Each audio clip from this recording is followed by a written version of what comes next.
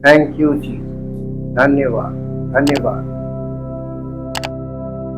पिता परमेश्वर, हम आपका धन्यवाद करते हैं क्योंकि आपके उपकार प्रतिदिन हम सबके जीवन में, सब विश्वास करने वालों के जीवन में होते रहे। पिता परमेश्वर, आपके प्रेम हर व्यक्ति के लिए, क्योंकि आप पापियों से भी प्यार करते हैं और इसीलिए आपकी इच्छा है कि किसी न किसी रीति से पापी लोग मन फिराएं और आपके पुत्र प्रभु यीशु मसीह पर, उसके उस बलिदान पर जो हमारे पापों के लिए आपके द्वारा चढ़ाया गया है, उस बलिदान पर विश्वास करके परमेश्वर के इस महान कार्य पर, उसके इस महान प्रेम पर विश्वास करके अपने जीवन को समर्पित करें, ताकि पवित्र आत्मा के द्वारा वो परमेश्वर के पुत्र और पुत्री बनाए। आपकी इस इच्छा के लिए धन्यवाद करते हैं और चाहते प्रभु हर एक विश्वासी इस बात को समझे और अपने मन, उसका मन मुड़े और वो परमेश्वर, उसके मन में परमेश्वर के प्रति प्रेम उत्पन्न हो, ताकि उसका जीवन समर्पित हो, ताकि परमेश्वर के द्वारा पूर्ण रूप से छुटकारा प्राप्त करके और उसका जीवन परिवर्तित होकर वो परमेश्वर की महिमा का कारण बने। सारी महिमा आप। धन्यवाद के साथ इस प्रार्थना को आपके इकलौते पुत्र प्रभु यीशु मसीह के नाम से आमीन। Praise the Lord. हम परमेश्वर का धन्यवाद करते हैं क्योंकि परमेश्वर अद्भुत युक्ति करने वाला और बहुत प्रेम करने वाला परमेश्वर है। परमेश्वर ने अपने प्रेम को समस्त मानव जाति के लिए प्रकट किया अपने पुत्र के बलिदान के द्वारा। ये उसका प्रेम था, ताकि लोग इस प्रेम के कारण परमेश्वर के उस बलिदान को जो उसने अपने पुत्र का किया है, हमारे पापों को उस पर लादकर हमें पापों से छुटकारा देने के लिए प्रयोजन किया। हम इस बात पर विश्वास कर सकें। मसीही जीवन, आप कितनी भी बाइबल पढ़ लें, कितनी भी प्रार्थना कर लें, आप कितना भी प्रचार सुन लें, लेकिन अगर आपने अपना जीवन समर्पित नहीं किया, समर्पण नहीं हुआ, तो आपके जीवन में मसीही जीवन का शुरुआत ही नहीं हो सकती, क्योंकि मसीही जीवन समर्पण का जीवन है। What does the Bible mean by dying to self? Bible में इस बात का क्या अर्थ है कि स्वयं के लिए मृतक, मर जाना। इसका मतलब है टोटल सरेंडर, समर्पित होना। और समर्पण एक बहुत कठिन चीज है। The concept of dying to self is found throughout the New Testament. पूरे नए नियम में ये कॉन्सेप्ट के डाइंग टू सेल्फ यानी स्वयं के लिए मरना, ये पूरे नए नियम में यही बात लगातार चल रही है। यानी सारी बातों का जो निचोड़ है वो ये है, dying to self. It expresses the true essence of the Christian life.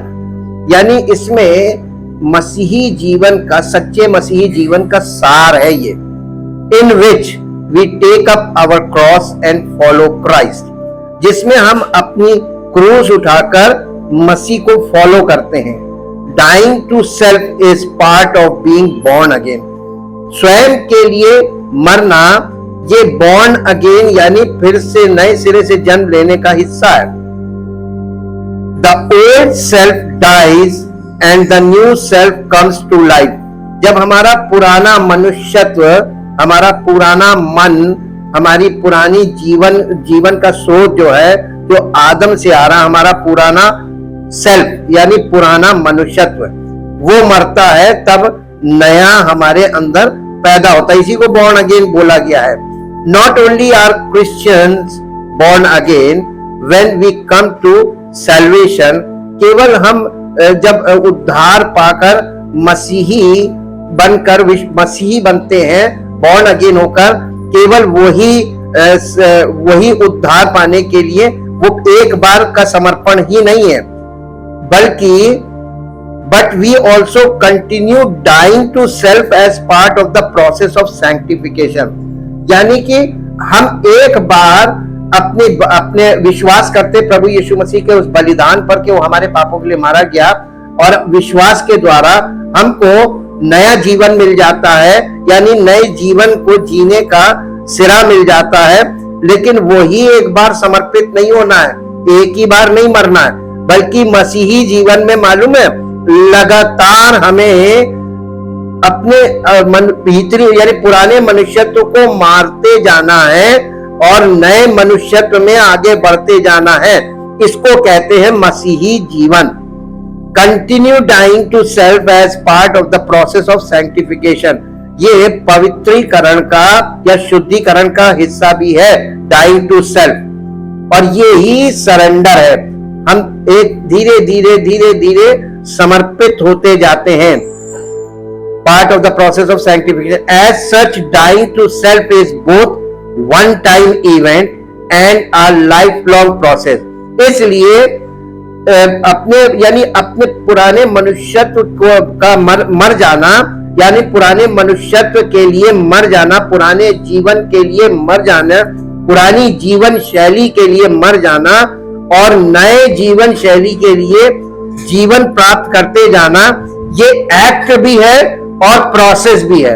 ये एक बार का काम जब हम पहली बार आते तब भी, और ये जितनी बार हम परमेश्वर की उपस्थिति में आते हैं, कलीसिया में आते हैं, हर बार का ये काम है। इसलिए ये एक प्रोसेस है। जीसस, मेरे साथ एक पद निकालिए जो आपको मिलेगा, मत्ती रचित सुसमाचार उसका 16 अध्याय, मत्ती रचित सुसमाचार उसका 16 अध्याय और उसका 24 पद पढ़िए। तब यीशु ने अपने चेलों से कहा, अगर कोई मेरे पीछे आना चाहे तो अपने आप का इनकार करे और अपना क्रूस उठाए और मेरे पीछे, यह है मसीही जीवन।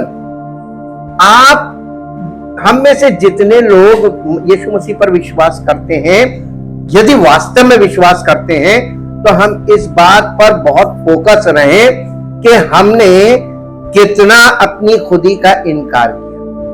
अपनी खुदी का इनकार करने का मतलब हमारा सेल्फ को मरना है। सेल्फ जब हमारा इसमें सेल्फ मरता है तो इसका मतलब हमारी ओर से हम कोई प्रयास नहीं करेंगे, केवल हम आज्ञा मानेंगे, पवित्र आत्मा की आज्ञा मानेंगे और संपूर्ण रीति से परमेश्वर के वचन पर पूरी तरीके से डिपेंड करेंगे और पवित्र आत्मा की आज्ञा में चलेंगे। ये है सेल्फ का मरना, हमारी खुदी का मरना, अपने आपे का इनकार करना। डिनाई माई सेल्फ, अपने खुदी को डिनाई करना और पवित्र आत्मा की आज्ञा मानना। इसको इंग्लिश में पढ़ दीजिए इसी वर्ष को। Then Jesus said to his disciples, if anyone desires, इसका मतलब यीशु मसीह को आप उसके पीछे चलना चाहते हैं, आप यीशु मसीह को फॉलो करना चाहते हैं, इसके लिए आपके पास इच्छा के, बिना इच्छा के आप नहीं चल पाएंगे। ये मजबूरी में चलना नहीं है, जबरदस्ती चलना नहीं है, इसके लिए आपके अंदर इच्छा होनी चाहिए, यानी भूख होनी चाहिए, डिजायर होनी चाहिए कि हमें उसके पीछे चलना है। ये डिसाइसिव पॉइंट है। डिजायर का मतलब डिसीजन लीजिए कि हमें चलना है। और यदि if anybody wants to be my disciple, let him deny himself, disregard, lose sight of and forget himself and his own interest, अपनी रुचि को, अपनी चॉइस को, अपनी सारी इच्छा को आपको जीरो करना पड़ेगा if you want to follow Jesus Christ. लगे बड़ा कठिन है ना? तो इतनी आसानी से जो चीजें आपको दिखाई दे रही, everybody said I am a Christian, I am a believer, मैं मसीह हूं, मैं मसीह को फॉलो कर रहा हूं, कैसे? शुरुआत ही इतनी टफ है। और ये बहुत सरल है उसके लिए जिसको ये मालूम है कि इसके अलावा कोई दूसरा रास्ता है ही नहीं, कोई दूसरा ऑप्शन नहीं, उसके लिए बहुत सरल है।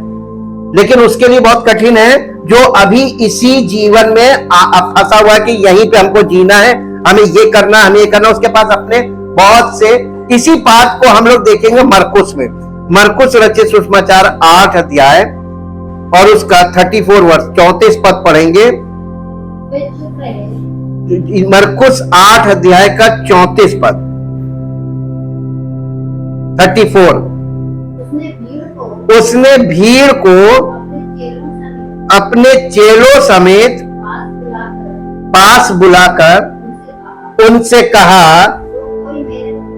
देखिए वहां पे चेलों से कहा था, यहां पे भीड़ को और चेलों को दोनों को अपने पास बुलाकर उनसे कहा, जो कोई मेरे पास मेरे पीछे आना चाहे वो अपने आप से इनकार करे और अपना क्रूस उठाकर मेरे पीछे हो ले। आपको यीशु मसीह के पीछे पीछे चलना है। और पहली चीज, जो कोई चाहे, चाहत होनी चाहिए। बिना चाहत के आप उसके पीछे नहीं चल पाएंगे, इसी को डिजायर बोला गया। आप without desire to follow Jesus we can't follow Jesus Christ. Point number 2 कि अगर आप यीशु मसीह को फॉलो करने की डिजायर करते हैं तो आपको अपनी क्रूस उठानी पड़ेगी। क्रूस का मतलब है अपनी मृत्यु की वेदी, यानी आपको प्रतिदिन अपने पुराने मनुष्यत्व को मारना है और उससे नया जीवन प्राप्त करना है। यह है बॉर्न अगेन के बाद का जीवन। इसको कहा गया है मसीही जीवन। जो कोई मेरे पीछे आना चाहे वो अपने आपे से इनकार करे और अपना क्रूस उठाकर मेरे पीछे हो ले। और इसी को इंग्लिश में पढ़ेंगे 34 in English. And Jesus called to him the throng with his disciples and said to them, if anyone intends to come after me, let him deny himself, forget, ignore, disown, and lose sight of himself and his own interests, and take up his cross, and joining me as a disciple, and siding with my party, follow with me continually, cleaving steadfastly to me. Cleaving का मतलब होता है मेरे साथ हाथ में हाथ डालकर चलना, लिपट कर चलना। ये उसने बोला है। अब इसी के साथ साथ लूका में देखते हैं 9 अध्याय, लूका का 9 अध्याय और उसका 23 वर्ष 23 पद। और अब यहां पर देखिए उसने सबसे कहा। अब यहां पे open to all, open invitation है। यदि कोई मेरे पीछे आना चाहे तो अपने आप का इनकार करे और प्रतिदिन, देखिए डेली ये काम करना है, संडे संडे नहीं करना है। प्रतिदिन अपना क्रूस उठाए हुए मेरे पीछे बोले। इसको इंग्लिश में पढ़िए। And he said to all, any person wills to come after me, let him deny himself, disown himself, forget, lose sight of himself, and his own interest, refuse, and give up himself, and take up his cross daily, and follow me, cleave steadfastly to me, conform wholly to my example in living, in living, and if need be, and if need be, in dying also. in dying also. ये है मसीही जीवन।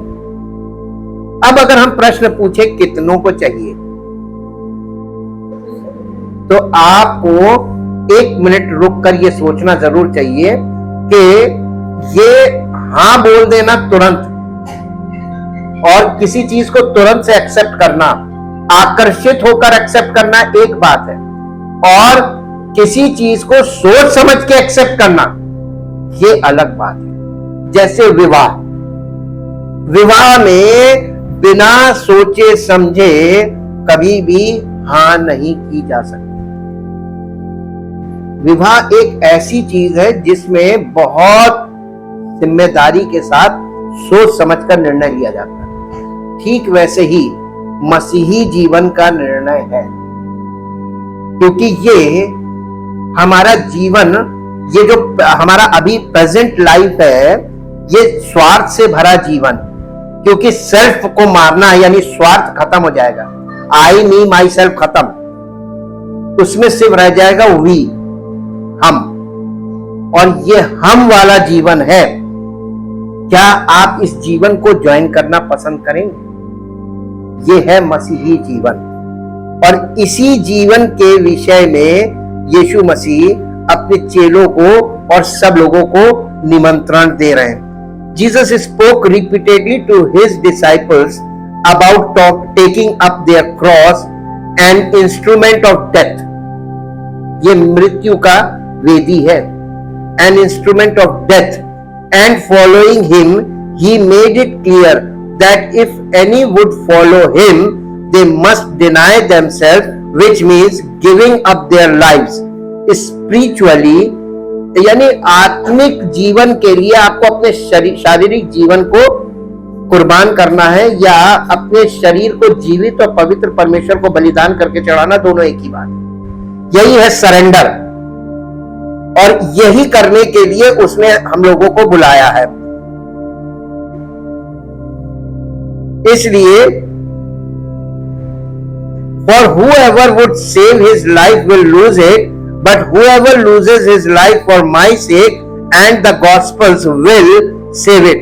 यानी मेरे और सुसमाचार के लिए जो कोई अपना प्राण मुझे दे देगा, वो अपने प्राण को बचा लेगा, जो कोई अपना प्राण बचाना चाहेगा वो अपने प्राण को खो देगा।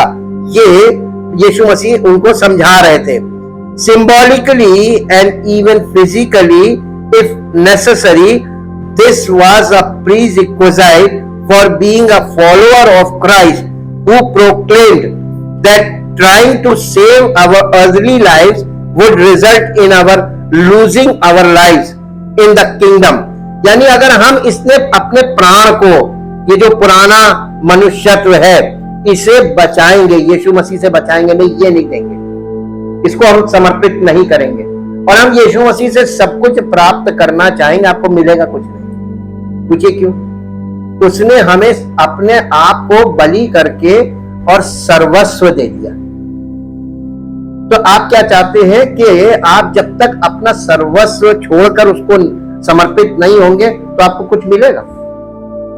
एक स्त्री जब विवाह होता है तो अपना सब कुछ, सारे रिश्ते नाते, सारी चीजें छोड़कर अपने पति को फॉलो करने आ जाती है।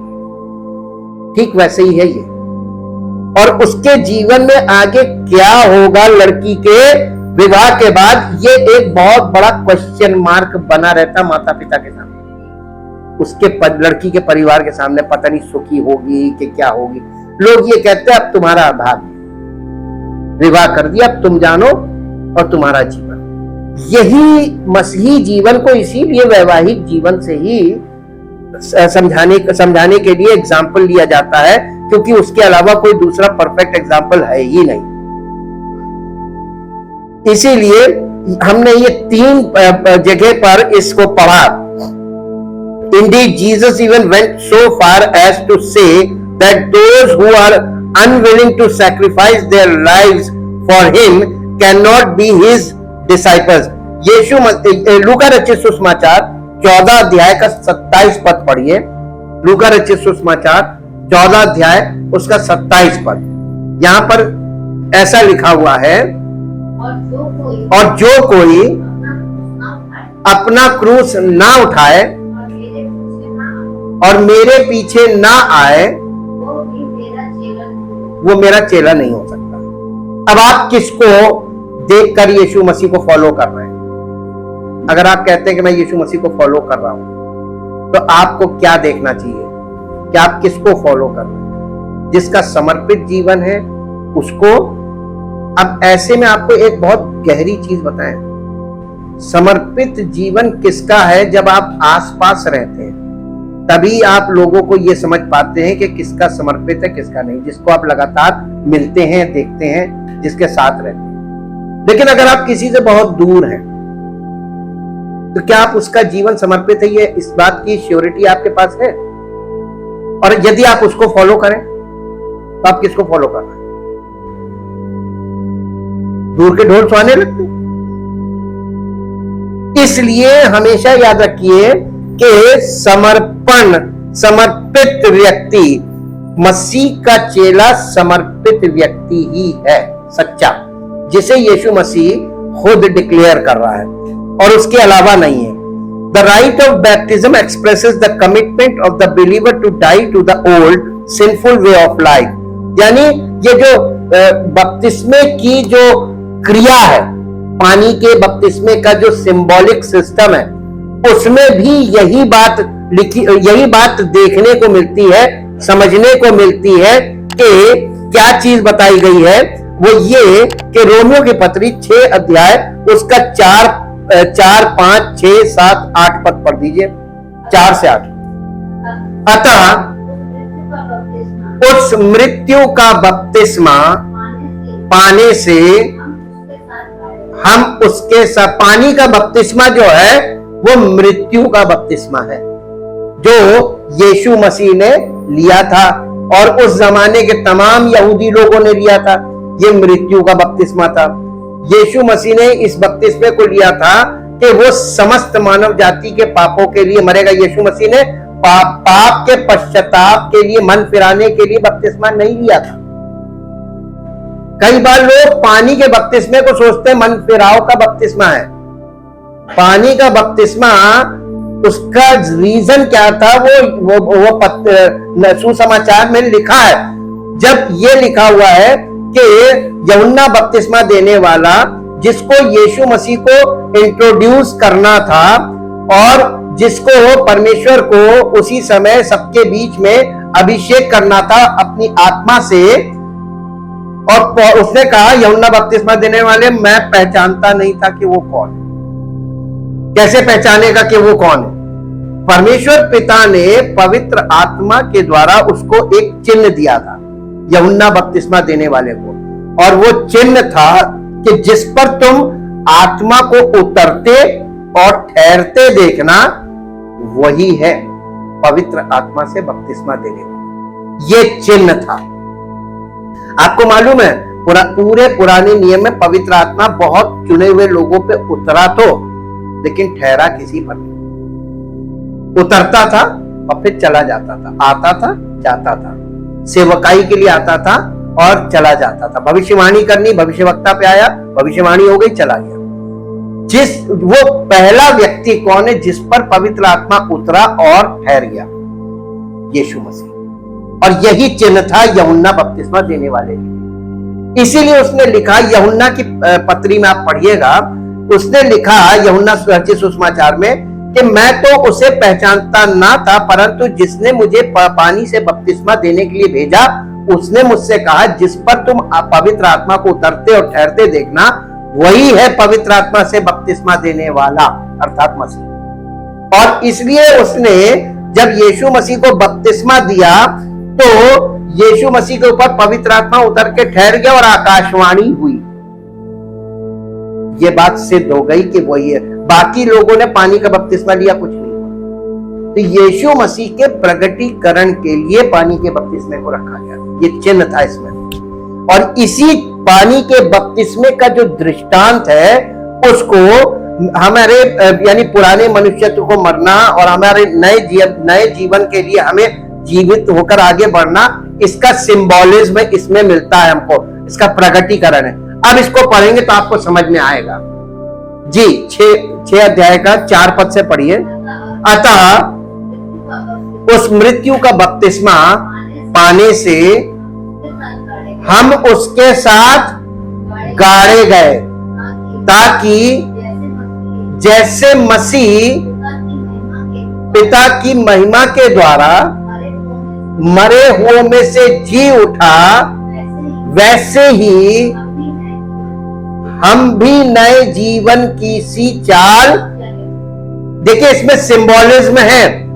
पानी के बपतिस्मे का मतलब ये दिखाया जा रहा है कि वो हमारे पापों के लिए मर गया और हम भी उसके साथ मर गए। और यही बात रिपीटेडली पौलुस बार बार कह रहा है कि मसीह हमारे पापों को लेकर मरा, तो हम आज पापों में जीवन बिता रहे, तो ये गलत है, क्योंकि उसने दाम चुका दिया और फिर भी हम पाप में जी रहे हैं, तो हम यीशु मसीह के विरोध में जी रहे हैं। जी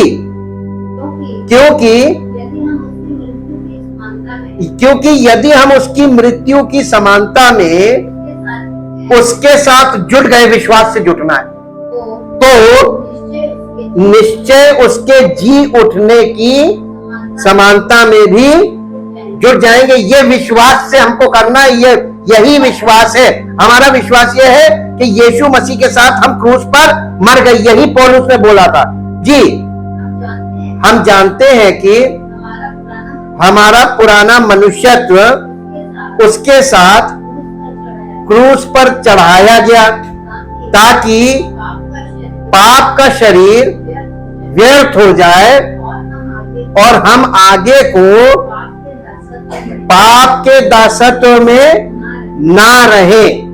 क्योंकि जो मर गया वो पाप से छूटकर, अब अगर यदि हम अपने पापों के लिए, हमारे पापों को यीशु मसीह लेकर मर गया और पौलुस कह रहा हम भी उसके साथ मर गए, तो हमें यह विश्वास करना चाहिए कि पापी तो हम है ना, और समस्त मानव जाति के पापों में हम भी एक मानव है।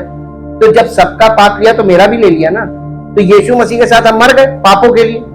तो जब वो पापों के लिए, हमारे पापों के लिए मरा और फिर जी उठा, अब वो पिता के दाहिने बैठा है, तो हमको किसके लिए जीवन व्यतीत करना चाहिए? जो हमारे पापों के लिए मरा और जी उठा, अब वो जीवित है, तो हम भी जीवित होकर, हम मसीह के लिए जीवित होकर मसीही जीवन जिए। यही सुसमाचार है। तो इसमें आपको करना क्या है? कोई शारीरिक क्रिया आई, सिर्फ हृदय परिवर्तन है। आपकी सोच पलटनी है और यह काम विश्वास से होना है। यही समर्पण है। आपको अपने आप को कलीसिया को समर्पित करना, मसीह की देह को, ताकि आप मसीह की देह में विश्वासी होकर, विश्वास योग्य बनकर कि वो हमारे पापों के लिए मर गया और उसने अब जो हमें जीवन दिया है, ये जीवन उसके लिए समर्पित, टोटल सरेंडर करना है। जी आगे, इसलिए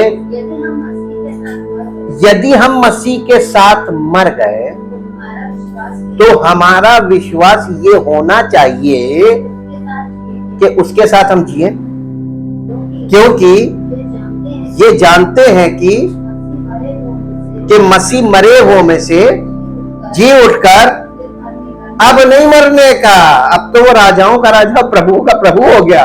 जी उस पर फिर मृत्यु की प्रभुता नहीं होगी, क्योंकि वो जो मर गया तो पाप के लिए एक ही बार मर गया, परंतु जो जीवित है, आप किसके लिए जीवित हैं? कैसे? परमेश्वर के लिए हम कैसे जी सकते हैं?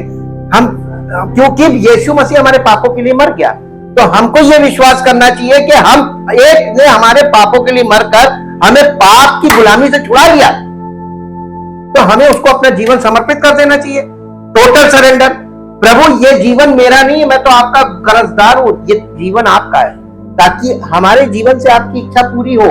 तो प्रतिदिन उसकी इच्छा अपने जीवन में पूरी करना, ये हमारा लक्ष्य होना चाहिए। यही मसीह जीवन। कठिन है कि सरल? बहुत सरल है, बहुत सरल है। और इसमें कोई शारीरिक क्रिया आई कुछ नहीं, और ये पर्सनल है। Surrender is always personal. आपकी इच्छा के बिना कोई आपको समर्पित करा नहीं सकता, मेरी इच्छा के बिना कोई मुझे समर्पित नहीं करा सकता। जिस दिन मैं चेत जाऊंगा मैं अपने आप को समर्पित कर दूंगा। ऐसे ही पवित्र आत्मा लगातार लोगों को सुसमाचार सुसमाचार सुसमाचार सुनाता जा रहा रिपीटेडली, ताकि पता नहीं कौन व्यक्ति किस दिन चेत जाए। प्रतिदिन लोग बॉर्न अगेन हो सकते हैं अगर लोग ध्यान लगाकर सुन लें। परमेश्वर के वचन में करना कुछ नहीं है, फिजिकल एफर्ट्स नहीं है, सिर्फ हृदय से और पूरे संपूर्ण मन से उसकी बात को समझना है। और यही कभी कभी मन विचलित होगा, आप नहीं समझ पाएंगे। इसीलिए ये बपतिस्मे के द्वारा यहाँ पर ये दिखाया गया। बेटा इसको इंग्लिश में पढ़ दो। We were buried therefore with him by the baptism into death। देखिए मृत्यु का बपतिस्मा, जब आप यीशु मसीह, आपको ये समाचार मिला कि यीशु मसीह समस्त मानव जाति के पापों को लेकर क्रूस पर मर गया और गाड़ा गया, तीसरे दिन जी उठा, तो आपको ये मैसेज मिल रहा है कि यीशु मसीह 2023 वर्ष पहले समस्त मानव जाति के पापों को लेकर श्रापित मृत्यु मरा, गाड़ा गया और तीसरे दिन जी उठा, आज वो जीवित है। तो जिसने हमारे पापों को मिटाया और हमारे पापों के लिए मृत्यु में गया, वो कौन है? तो आपको जब ये सुसमाचार मिल रहा है कि हम मृत्यु से बच गए, प्रभु आपका धन्यवाद हो। पाप की मजदूरी क्या है? हम मृत्यु से बच गए। कैसे? किसी ने हमारी मृत्यु ले ली और हमको जीवन दे रहा है। ये सुसमाचार है। इतनी सी बात नहीं समझ में आ रही। पाप की मजदूरी मृत्यु है, बाइबल में लिखा हुआ है। और हमको पाप की मजदूरी से किसने बचाया? यीशु मसीह ने वो मजदूरी ले ली जबकि वो निष्पाप था और तीसरे दिन जी उठा, आज वो जीवित है। तो हमको अपना जीवन किसको दे देना चाहिए? समर्पित किसको करना चाहिए? जो हमारे पापों के लिए मरा और आज वो जीवित है। तो हम अपना जीवन उसको समर्पित करें ताकि उससे हमको प्रतिदिन का जीवन मिले। मसीही जीवन प्रतिदिन का जीवन है। ये आपको डेली लाइफ मिलेगी। ये डेली वेजेस वाली लाइफ है। आत्मिक जीवन एक हफ्ते का, महीने का हिसाब नहीं है। आत्मिक जीवन का हिसाब प्रतिदिन का हिसाब है। रोज आपको अपने भीतरी मनुष्यत्व को, जो शारीरिक जीवन शैली वाला, शारीरिक मन, शारीरिक इच्छा, शारीरिक भावना, इसको आपको रोज मारना है। इसीलिए यही चीज बहुत सरल चीज है जो आपको जिस दिन समझ में आ गई, समझो जहां जागो वहीं सवेरा वाली बात है। आप वहीं से ये जीवन समर्पित करके और उसकी इच्छा को अपने जीवन में ग्रहण करके, सर्वोपरि करके उसकी इच्छा में चलिए। जी आगे पढ़िए। So that just as Christ was raised from the dead by the glorious power of the Father, so we too might habitually live and behave in newness of life. We, ये इंडिविजुअल मैसेज नहीं, ये कलीसिया को दिया जा रहा है। We word है जी। For if we have become one with him by sharing a death like his, we shall also be one with him in sharing his resurrection by a new life live for God। अगर हम नया जीवन जीकर उसके लिए जिए तो ये परमेश्वर की महिमा का कारण बन जाएगा। और ये हमें अकेले नहीं जीना मसीह के लिए, कलीसिया को मिलकर। तो कलीसिया आपस में क्या हो गई? परमेश्वर का परिवार। यीशु मसीह हमारा बड़ा भाई, हम सब उसके को हायरर्स हो गए, सह उत्तराधिकारी बन गए। जी आगे।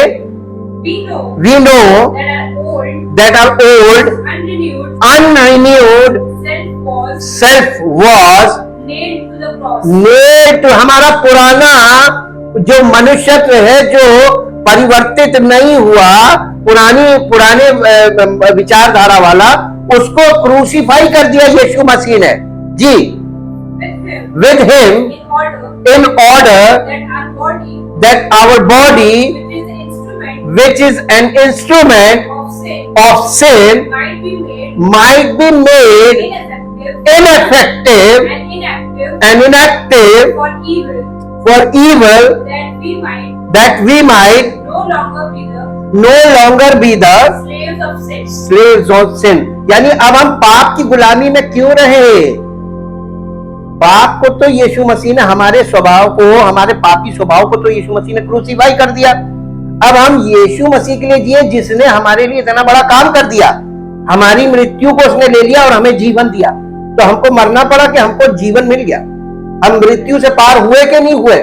हम ओल्ड सेल्फ में जी रहे हैं जो अनंत मृत्यु में ले जाएगा। और इससे अच्छा है कि अपने ये पुराने मनुष्यत्व को प्रतिदिन मारो ताकि तुम अनंत जीवन के वारिस बनो। तो परमेश्वर ने हमको फ्री नहीं छोड़ा, एक जिम्मेदारी दी है। अगर तुमको चाहिए ये जीवन तो तुमको रोज अपने पुराने मनुष्यत्व को मारना पड़ेगा। अपनी लालसाओं को, अपनी इच्छाओं को, भावनाओं को जो शारीरिक है उन्हें रोज मारना पड़ेगा। और आपको मालूम है आज संसार में बच्चों के और परिवारों के बर्बाद होने का, टूटने का, झगड़ों का, हर चीज का कारण क्या है? आपकी इच्छा, योर विल, दो विल, आपकी इच्छा और आपके बच्चे की इच्छा जब आपस में टकराएगी झगड़े होंगे। आप बिना किसी की इच्छा के उससे कुछ नहीं करवा सकते। इच्छा ही तो लड़ती है, सेल्फ। और परमेश्वर की इच्छा और मनुष्य की इच्छा कभी एक नहीं हो सकती। ये शारीरिक इच्छा, ये आत्मिक, ये इच्छा केवल एक तरीके से हो सकती है। यीशु मसीह ने हमारे पुराने मनुष्यत्व को, हमारे ओल्ड सेल्फ को लेकर, वो पापी सेल्फ को लेकर मर गया ताकि हम परमेश्वर के लिए, जो हमारे लिए मरा, उसका जीवन हम जिए। यानी हम मसीही जीवन जी सकते हैं। पाप से रोज आपको क्या करना मालूम है? आपको पवित्र आत्मा की सामर्थ के द्वारा, जो वचन के द्वारा आपको प्राप्त होती है, आपको अपने फ्लेश को, अपने शारीरिक मन को रोज क्रूसीफाई करना नहीं करेंगे। परमेश्वर की इच्छा पूरी करेंगे, तुम्हारी इच्छा नहीं पूरेंगे। अपनी इच्छा को मारना शुरू कीजिए ताकि परमेश्वर की इच्छा को पूरा शुरू करिए, ताकि आपका जीवन उसकी महिमा का कारण बने। And be reborn to a new life in Christ. In Christian baptism, the action of being immersed in the water symbolizes dying and being buried with Christ. The action of coming out of the water pictures Christ's resurrection. Baptism identifies us with Christ in his death and resurrection, portraying symbolically the whole life of the Christian as a dying to self and living for and in him who died for us. हमको हमेशा के लिए उसके लिए जीना है जो हमारे लिए मरा और जी उठा, और उसी में समर्पित होकर जीना है। गलातियों की पत्री 2 अध्याय उसका 20 पद पढ़िए। गलातियों की, मैं मसीह के साथ, पौलुस कहने लगा मैं मसीह के साथ क्रूस पर चढ़ाया गया, अब मैं जीवित ना रहा पर मसीह मुझ में जीवित। अब बताइए, पौलुस ने इसमें कुछ किया? कोई शारीरिक प्रयास किया? उसने बताया कि मैंने ये किया, ऐसे किया, वैसे किया, बड़ी मेहनत करी, मैंने इतनी प्रार्थना करी, मैंने ये किया? कुछ किया उसने? बहुत सरल है। उसने विश्वास कर लिया कि अरे वो हमारे पापों को लेकर, मैं उसकी समझ में आ गया। ये समझने वाली चीज है। आपको समझ में आ गया कि अरे यार, एक व्यक्ति ने समस्त मानव जाति के पापों को उठा लिया और आज हम पापों के लिए क्या क्या प्रयास कर रहे हैं। प्रयास नहीं करना है, विश्वास करना है। तो यीशु मसीह ने हमारे पापों को मिटा दिया और हमें उसके लिए जीना शुरू कर देना चाहिए जिसने ये किया। वो कौन है? कोई पास्टर, कोई संस्था, बपतिस्मा, प्रार्थना, कोई चीज आई? अरे सीधा सीधा कनेक्शन, उसके लिए जीना शुरू कर दो जिसने तुम्हारे लिए इतना बड़ा काम कर दिया, तुम्हें मृत्यु से छुड़ा लिया। पाप की मजदूरी मृत्यु है। अगर मृत्यु से छुड़ाया इसका मतलब तुम्हें पापों से छुटकारा मिल गया। अब इस छुटकारे को प्रतिदिन अपने जीवन में स्टैब्लिश करो by the power of the Holi spirit, उसकी इच्छा को, आज्ञा को मानकर। जी, पौलुस कहने लगा अब मैं जीवित ना रहा वरन मसीह मुझ में जीवित है, और मैं शरीर में अब जो जीवित हूं तो केवल उस प्रार्थना से नहीं, लोग प्रार्थना ज्यादा करते हैं ना, उस विश्वास से जीवित हूं जो परमेश्वर के पुत्र पर। आपको भी यही करना, हमको भी यही करना। क्या करना बताइए इसमें? कोई एफर्ट आया, कोई क्रिया आई? इतना सरल काम, समझने वाली बात है। जैसे ही समझोगे वैसे ही तुम्हारे जीवन में पूरा होने लगेगा। जहां जाओगे वहीं सवेरा। Paul explains to the Galatians the process of dying to self as one in which he has been crucified with Christ, and now Paul no longer lives, but Christ lives in him. Paul's old life with its propensity to sin and to follow the ways of the world is dead, and the new Paul is the dwelling place of Christ who lives in and through him. This does not mean that when we die to self, we become inactive or insensible, nor do we feel ourselves to be dead. Rather, dying to self means that the things of the old life are put to death, most especially the sinful ways and lifestyles we once engaged in. Those who belong to Christ Jesus have crucified the sinful nature with its passions and desires. गलातियों की पत्री 5 अध्याय का 24 पद पे पढ़ दीजिए। यहां इस प्रकार से लिखा हुआ है, गलातियों की पत्री, और जो मसीह यीशु के हैं उन्होंने शरीर को उसकी लालसाओं और अभिलाषाओं समेत क्रूस पर चढ़ा दिया है।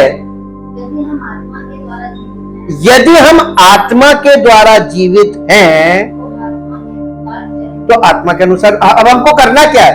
जब हमें क्रूसीफाई कर दिया, ये विश्वास करना है, और फिर हमें विश्वास से पवित्र आत्मा की आज्ञा मान के जीवन व्यतीत करना है।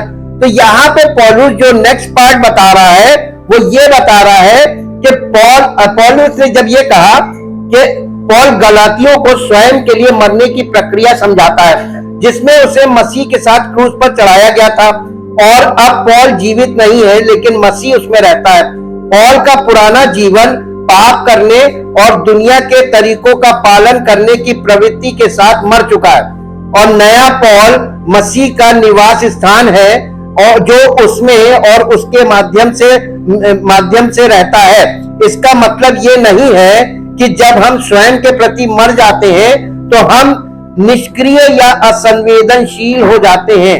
ना ही हम खुद को मरा हुआ महसूस करते हैं, बल्कि स्वयं के लिए मरने का मतलब है कि पुराने जीवन की चीजों को मौत के घाट उतार दिया जाए, विशेष रूप से उन पापपूर्ण तरीकों और जीवन शैली को जिसमें हम एक बार शामिल हुए थे। जो लोग यीशु मसीह के हैं उन्होंने पापी स्वभाव को उसके जुनून और इच्छाओं के साथ क्रूस पर चढ़ा दिया है। यहाँ हम पहले स्वार्थी सुखों का पीछा करते थे, अब हम उतने ही जुनून के साथ उसका पीछा करते हैं जो परमेश्वर को प्रसन्न करता है, यानी प्रभु यीशु मसीह, जिसने परमेश्वर को एक बार में प्रसन्न किया। स्वयं के प्रति मरना पवित्र शास्त्र में कभी भी मसीही जीवन में वैकल्पिक चीज के रूप में चित्रित नहीं किया गया है। ये नए जन्म की वास्तविकता है। कोई भी मसीह के पास नहीं आ सकता जब तक कि वो अपने पुराने जीवन को मसीह के साथ क्रूस पर चढ़ा हुआ देखने और उसकी आज्ञाकारिता में नए सिरे से जीने के लिए तैयार ना हो। यीशु गुनगुने अनुयायियों का वर्णन करते हैं जो अधिकांश रूप से पुराने जीवन में और आंशिक रूप से नए जीवन में जीने की कोशिश करते हैं, जैसे कि वे जिन्हें वो उगल देगा। प्रकाशित वाक्य उसका 3 अध्याय उसका 15 और 16 पद पढ़िए। 15 और 16 पद 3 अध्याय का। मैं तेरे कामों को जानता हूं कि तू ना तो ठंडा है और ना गर्म। भला होता कि तू ठंडा होता या तो गर्म होता, इसलिए कि तू गुनगुना है और ना ठंडा है और ना गर्म है।